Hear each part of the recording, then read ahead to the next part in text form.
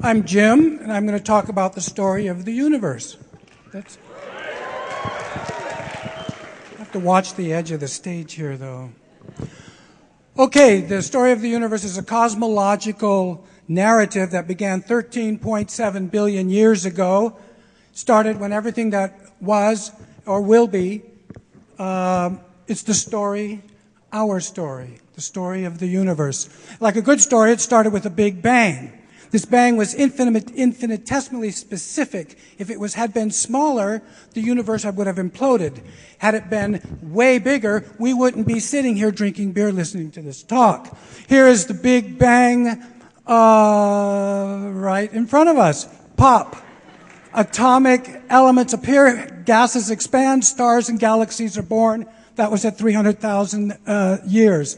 Okay, folks, the Big Bang is a paradox. When did it start? We don't know. Where did it start? Why? Because none of these things existed. It's a paradox. The story of the universe is a paradox. Okay, 1919, we thought the universe was strictly the Milky Way. Guess what? Edward Hubble found out different. With his telescope, he found other galaxies and the fact that the universe was expanding. Let's get to the story. The Milky Way, a supernova exploded. Our sun was born. From the debris came the planets in our solar system. We came from star stuff. If you look closely, you can see it. Here we have our solar system. Here we have our solar system. Gravity is what holds the system together. And that's another paradox. And here's the next slide. That's a paradox. The Earth was a molten ball of lava. From the lava, believe it or not, all of the natural wonder that we see day to day is what appeared.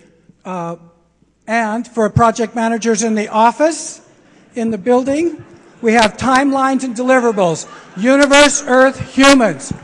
Humans have quirky names like Homo sapiens and stuff like that, very scientific sounding.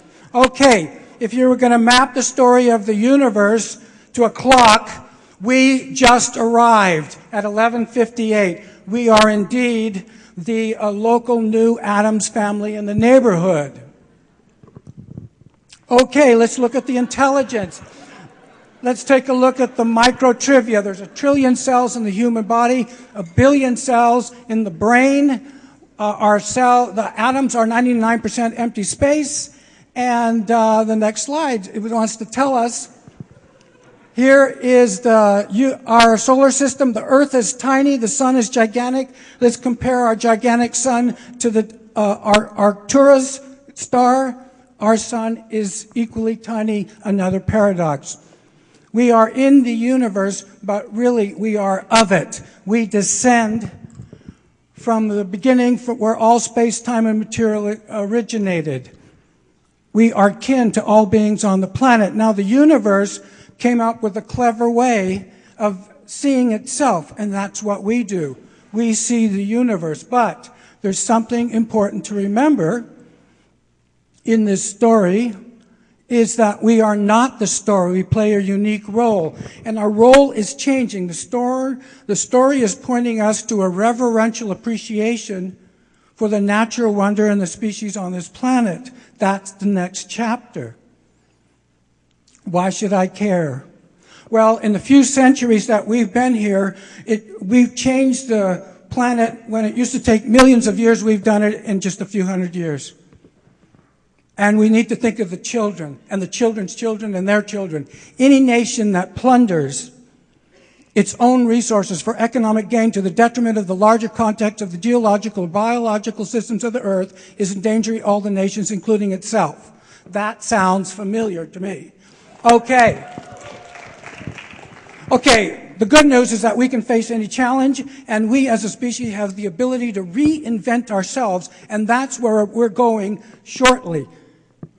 And that ability will help us save the planet. Okay, the future decisions being made today will change the face of the planet for hundreds of thousands of years.